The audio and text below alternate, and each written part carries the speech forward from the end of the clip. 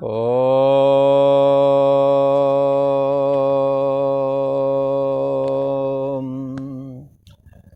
ओम गुरु ब्रह्मा गुरु विष्णु गुरुदेव महेश्वरा गुरु साक्षात् परम ब्रह्म तस्मै श्री गुरुवे नमः।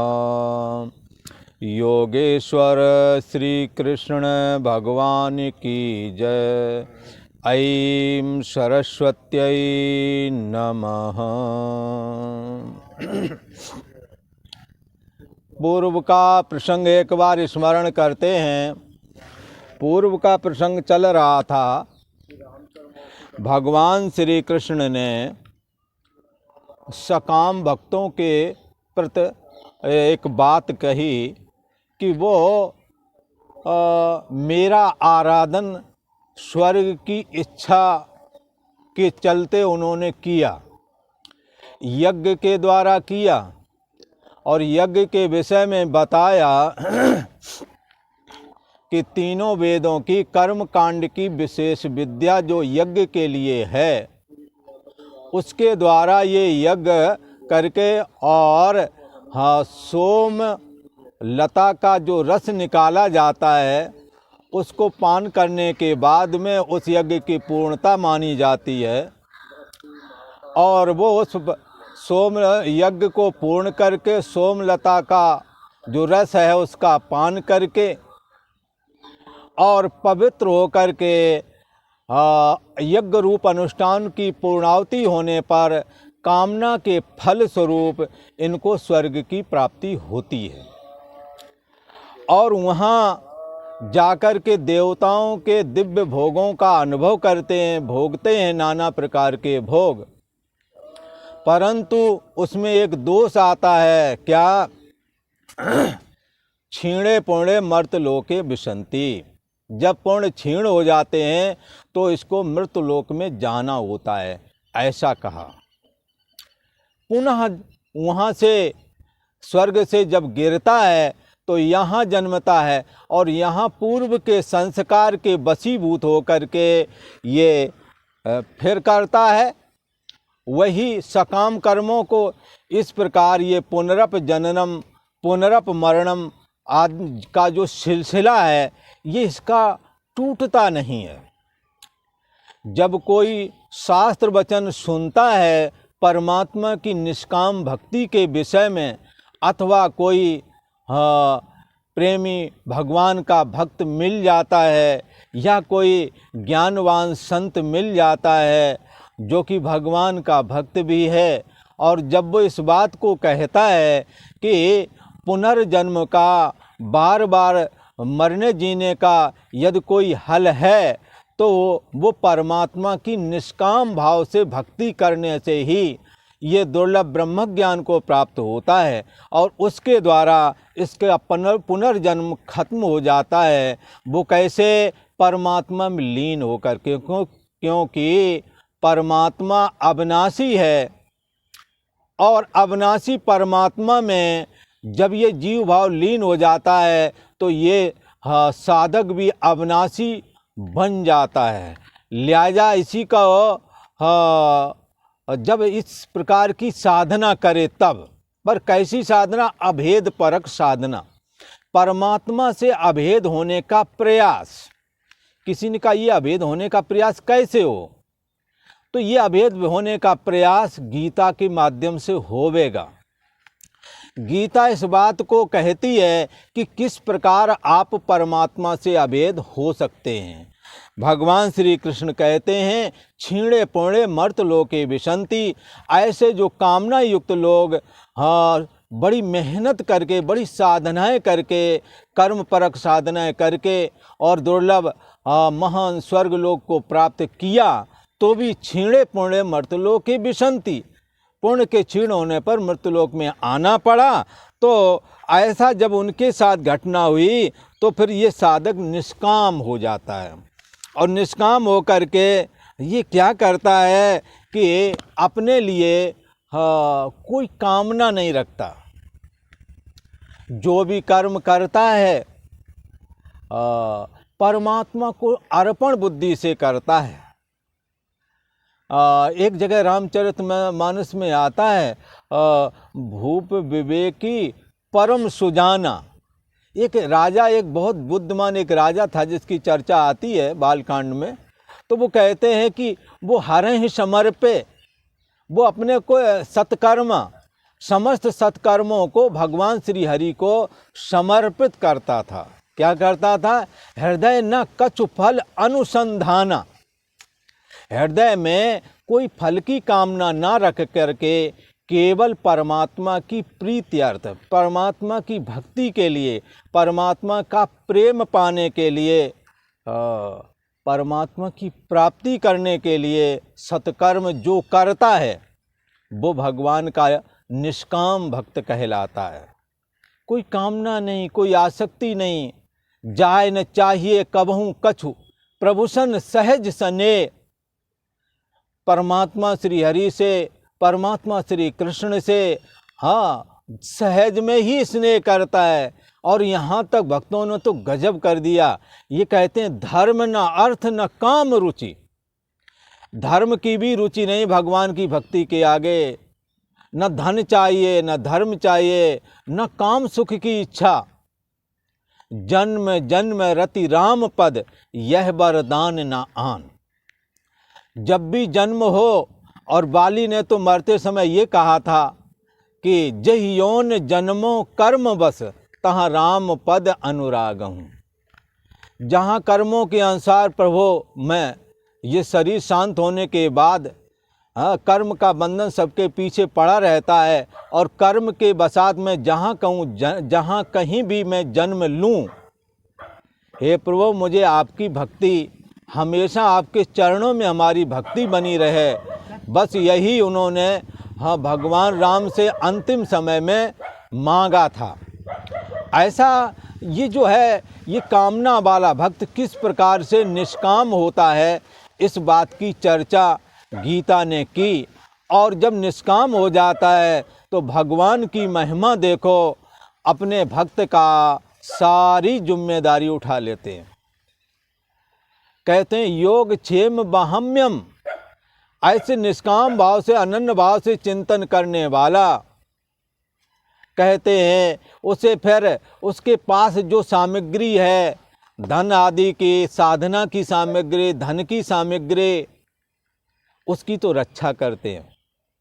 और जो धन आदि नहीं प्राप्त है, जो साधना प्राप्त करना चाहते हैं, ये दोनों ही चीज़ें वो भगवान उसको प्राप्त करा देते हैं।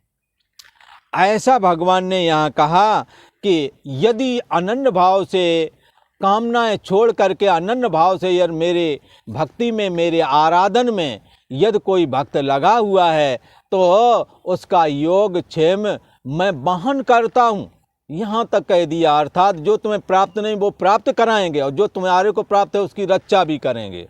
इसका संत लोग दो प्रकार से अर्थ करते हैं। भौतिक सामग्री, धन पुत्र स्त्री आदि यदि तुम्हें नहीं प्राप्त है वो भी करवा देंगे, भगवान प्राप्त करा देंगे। और जो प्राप्त है धन पुत्र स्त्री आदि, उसकी सुरक्षा भी करेंगे भगवान, ऐसी बात नहीं। पर यदि साधना की दृष्टि से लगे हुए हो तो तुम्हारी जितनी साधना है उसको नष्ट नहीं होने देंगे भगवान। और यदि साधना आगे बढ़ाना चाहते हो तो आगे की साधना कैसे पकड़नी है, क्या करें, इसके लिए आपको कोई योग गुरु, शास्त्र, संत आदि मिला देंगे और आपकी साधना के मार्ग को आगे बढ़वा देंगे, ऐसा भगवान श्री कृष्ण ने कहा। परंतु ये निष्काम भक्त के लिए भगवान ने ये बात कही। पर यदि कोई कामना युक्त है और वो भगवान का सीधा सीधा भजन न करके अन्य देवी देवताओं का भजन करता है, यदि ऐसा कोई है तो भगवान श्री कृष्ण कहते हैं कि हे अर्जुन, अन्य देवी देवताओं का भी जो आराधन करते हैं वो जाने अनजाने मेरा ही आराधन करते हैं। ये देखो, जाने अनजाने वो मेरा ही आराधन करते हैं। बोले कैसे? तो एक जगह एक ऐसा श्लोक बोलते हैं, आकाशात पतितम तोयम यथा गच्छति सागरम सर्वदेव नमस्कारा केशवम प्रति गच्छति। जैसे पृथ्वी पर हर जगह बरसात होती है और ये बरसात पानी इकट्ठा होकर के और नदियों की ओर चला जाता है, सारा बरसात वाला पानी नदियों के माध्यम से समुद्र में ही जाता है। और आया कहाँ से था? बड़वाग्नि के द्वारा जल का शोषण भी, बादल भी उसी समुद्र से बने थे। तो जैसे चाहे जहाँ बरसात हो, नदियों के माध्यम से वो पानी समुद्र में जाता है, ऐसे चाहे जिसकी उपासना करो, चाहे जिसको प्रणाम नमस्कार करो, वो जाने अनजाने वो उपासना, वो प्रणाम, वो नमस्कार भगवान श्री कृष्ण कहते मुझको ही प्राप्त होता है। क्यों प्राप्त होता है? क्योंकि भगवान इस सृष्टि के मूल हैं। भगवान श्री कृष्ण परमात्मा नारायण के रूप में इस सृष्टि के आदि मूल हैं।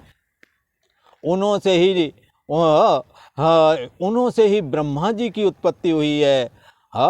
और ब्रह्मा जी से फिर समस्त ऋषि महर्षि और प्रजापति आदि प्रकट हुए और उनकी नियुक्ति भी की गई है। तो इस प्रकार से भगवान श्री कृष्ण ही इस सृष्टि के आदि मूल हैं, ऐसा कहा।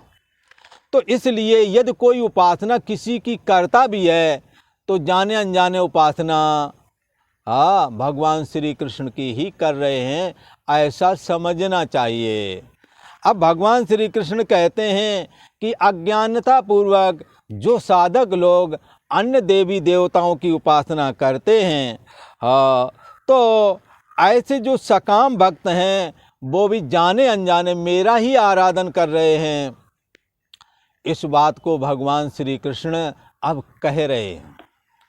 ये गीता का ये 9वां अध्याय है और 23वां श्लोक है, जिसमें ये भगवान श्री कृष्ण इस बात को बताते हैं कि किस प्रकार से ये कामना युक्त वाले लोग भी, उपासक भी मेरा ही आराधन करते हैं।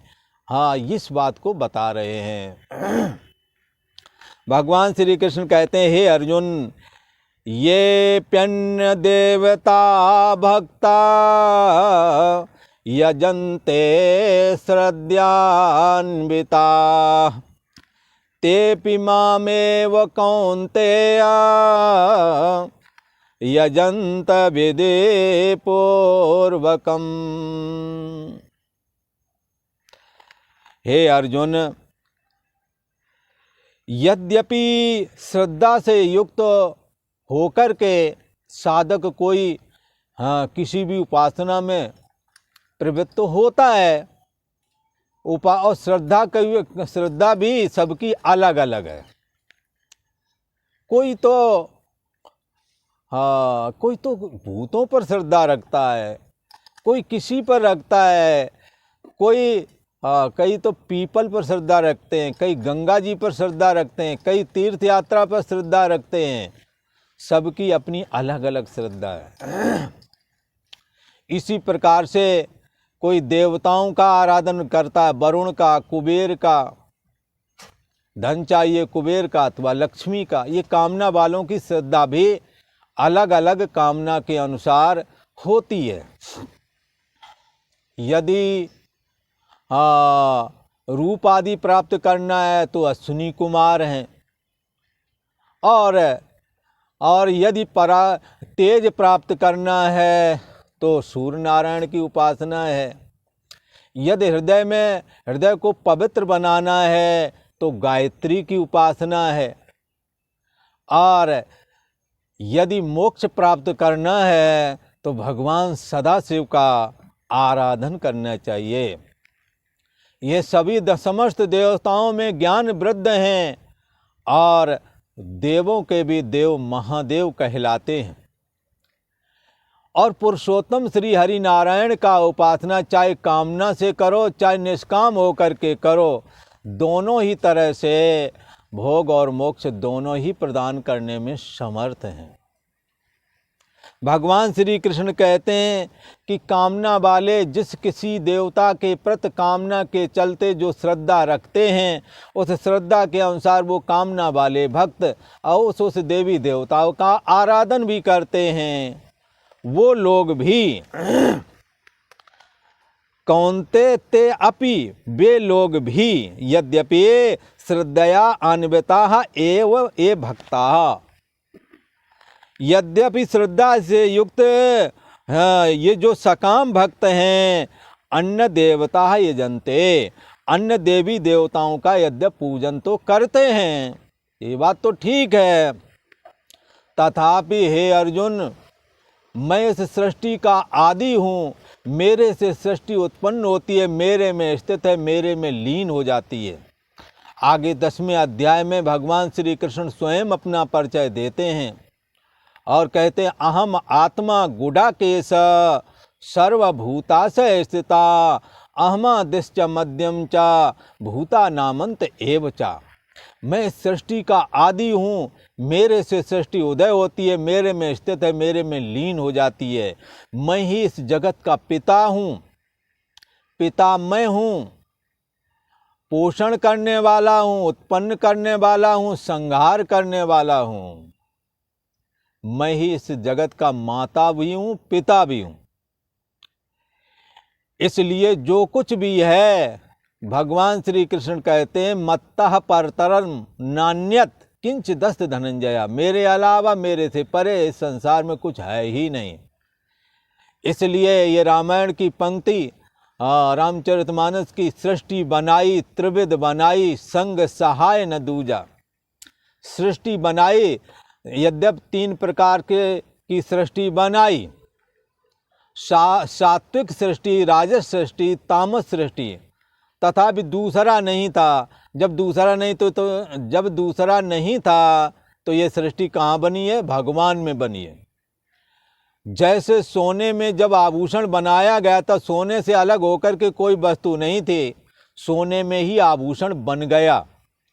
इसलिए आभूषण जब मिटता है तब सोना बचता है। ऐसे ही परमात्मा श्री कृष्ण से ये सारी सृष्टि उत्पन्न हुई है। आज हमारा आपका अहम जो मन फुरता है, तब मैं हूँ लगता है, ये जितनी भी मैं हूँ हैं, ये सब उस परम ब्रह्म परमात्मा श्री कृष्ण से ही प्रकट हुए हैं। इसलिए परछिन्न व्यक्तित्वपना रूप जो परछिन्न अहम हैं, जो मैं हैं, जब इनके मिथ्यात्व का निश्चय किया जाता है तो परशेष से वो परम ब्रह्म परमात्मा श्री कृष्ण का अंतर्यामी स्वरूप, जिसको निराकार परमात्मा कहते हैं, वही बचता है, जो कि भगवान श्री कृष्ण का निज स्वरूप है, जिसके लिए गीता में भगवान श्री कृष्ण ने स्वयं ही कहा, बहवो ज्ञान तपसा पूता मद भाव मांगता। बहुत सारे लोग, बहुत सारे साधक मेरे इस गीता ज्ञान को धारण करके पवित्र हो करके मेरे भाव को प्राप्त हो गए हैं। किसी ने कहा, भगवान आप जो सामने खड़े, ये आपका भाव नहीं है क्या? बोले, ये भाव तो हमारा 120 साल तक के लिए या 125 साल तक के लिए ही है। इसके बाद में देह वाला भाव ये विलीन हो जाएगा और जीव वाला भाव हमने माया को स्वीकार करके धारण किया है। ये भी दे के जब हम अदृश्य हो जाएंगे तो जीव भाव रूप भाव भी हमारा शांत हो जाएगा और माया को स्वीकार करके मैं इस जगत का ईश्वर हो जाता हूँ। ये ईश्वर वाला भाव भी जब महाप्रलय होवेगी तो ये वाला भाव भी खत्म हो जाएगा। ये ईश्वर वाला भाव अर्थात मैं हूँ, ईश्वर वाली मैं कब तक धारण करता हूँ? जब सृष्टि हमने रचना की और जब तक इस सृष्टि का पूर्णता श्रृंगार नहीं हो जाता, तब तक ईश्वर भाव में रहता हूँ। अवतार ग्रहण करता हूँ तो देह भाव में रहता हूँ जितने समय रहना है, पर ये सारे भाव बदल जाते हैं। देह भाव तो 125 साल में लीन कर लिया, साथ में जीव भाव भी लीन कर लिया। पर ईश्वर वाला भाव भगवान का जब तक सृष्टि रहेगी तब तक ये भाव बना ही रहेगा। पर बहवो ज्ञान तपसा पूता मद भाव मांगता, मेरा जो निजी भाव है वो तो है ज्ञान स्वरूप आत्मा, जो समस्त लोगों की बुद्धि देश का साक्षी है, जिसकी अभिव्यक्ति है और जाननापना के रूप में होती है। भगवान श्री कृष्ण कहते हैं ये हमारा निज स्वरूप है। इस निज स्वरूप में जाने से बहुत सारे साधक लोग हमारे इस गीता ज्ञान को धारण करके मेरे भाव को प्राप्त हो गए हैं। ये जो मेरा भाव है, निज स्वरूप वाला जो भाव है, इससे ही समस्त देवी देवताओं की उत्पत्ति हुई है। इसलिए माता पिता धाता सब कुछ मैं ही हूँ। मैं ही उत्पत्ति करता ब्रह्मा, मैं ही पालन करता विष्णु, मैं ही संहार करता रुद्र हूँ, मैं ही शक्ति को धारण करने वाला दुर्गा, विघ्न विनाशक गणेश तथा जगत को प्रकाशित करने वाला सूर्य भी मैं ही हूँ। इसलिए यदि कोई मुझको भूल करके अन्य देवी देवताओं का आराधन करता भी है तो अनजाने पर वो मेरा ही आराधन कर रहा है। परंतु वो जिस हमारे रूप का आराधन कर रहा है उस रूप को मैंने ही वरदान देने की और सृष्टि को संचालन करने की शक्ति और सामर्थ्य उसे दे रखी है, और उसी के अनुसार वो उस सकाम साधक को उसी के अनुसार वो वरदान देगा जितना कि उसके पास पावर है। सबको पावर मेरा दिया हुआ है, ऐसा भगवान श्री कृष्ण ने कहा। जी ये जो दूसरे देवी देवताओं का पूजन करते हैं, हे अर्जुन, वो जाने अनजाने वे भी मुझको ही पूजते हैं, वो मेरा ही आराधन करते हैं। पर जिस रूप की पूजा की है उस रूप में जो सामर्थ्य है उसके अनुसार उसे वरदान प्राप्त होता है, उसके अनुसार उसका बेनिफिट उसे मिलता है, ऐसा कहा। किंतु ये आराधन उनका अज्ञानता पूर्वक है। मुझको सच्चे अर्थों में मेरा जो सत्तात्मक स्वरूप है उसको भूल करके ही ये लोग उसका आराधन करते हैं। यदि वो मेरी महिमा जान जाएं और मेरा आराधन करें तो उन देवी देवताओं से जो प्राप्त किया वो तो मैं दूंगा ही, साथ में भक्ति दूंगा, ज्ञान वैराग्य दूंगा और बाद में केवल निर्वाण दूंगा। और केवल निर्वाण की इच्छा नहीं है तो भगवान का सारूप मिलेगा, सायुज्य मिलेगा, सामीप्य मिलेगा। 4 प्रकार की जो मुक्ति है वो भगवान अपने भक्त को देते हैं। जैसे कि रामचरितमानस में आता है, भगवान के लिए भगवान जब दंडकारण्य में विचरण कर रहे थे उसी समय माता सीता का राक्षस राज रावण अपहरण करके ले गया। उसको छुड़ाने के लिए, माता सीता जी को छुड़ाने के लिए गीधराज जटायु ने बड़ा संग्राम किया। और जब वो गिर गए और भगवान राम ने जब गीधराज को देखा तो उन्होंने कृपा की। गीध देह तज धरे हरि रूपा, भूषण बौपट पीत अनूपा। जब गीधराज जब यहाँ से जाते हैं तो भगवान श्री हरि विष्णु जैसा स्वरूप धारण करके 4 भुजा के रूप में पीताम्बर धारण किए हैं, मुकुट आदि धारण किए, विमान में सवार होकर के श्री बैकुंठ धाम को पधार जाते हैं, चले जाते हैं। भगवान श्री राम जी ने उन्हें दुर्लभ बैकुंठ धाम दिया जो बड़े बड़े योगियों के लिए भी दुर्लभ है। इस प्रकार से भगवान को यदि जान करके करोगे, भगवान की उपासना करोगे तो भगवान जो कामना आप अन्य देवी देवताओं से प्राप्त करने की इच्छा रखते हो वो तो मिलेगा ही, साथ में मुक्ति भी मुक्ति मिलेगी, बैकुंठ धाम की प्राप्ति होवेगी, गोलोक धाम की प्राप्ति होवेगी, ऐसा कहते हैं। जैसे ध्रुव ने आराधन तो किया था राज्य की प्राप्ति के लिए, परंतु भगवान ने राज्य 36,000 वर्ष का दिया और साथ में ध्रुव पद भी दी, जिसका नाश कभी होता ही नहीं। आज भी ध्रुव तारा का दर्शन आसमान में होता है, जिसकी परिक्रमा सप्त ऋषि किया करते हैं। इसलिए भगवान श्री कृष्ण ने कहा, ये कामना वाले जाने अनजाने मेरा ही आराधन करते हैं।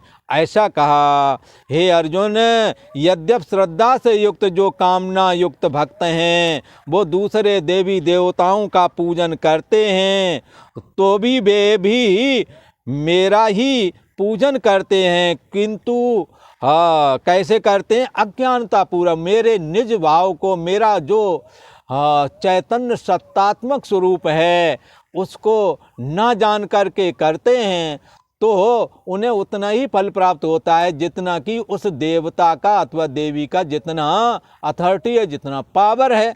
इसलिए वो रूप भी हमारा ही है, इसलिए वो आराधन भी हमारा ही है। ऐसा भगवान श्री कृष्ण ने कहा। और आज इतना ही। ओम शांति शांति शांति।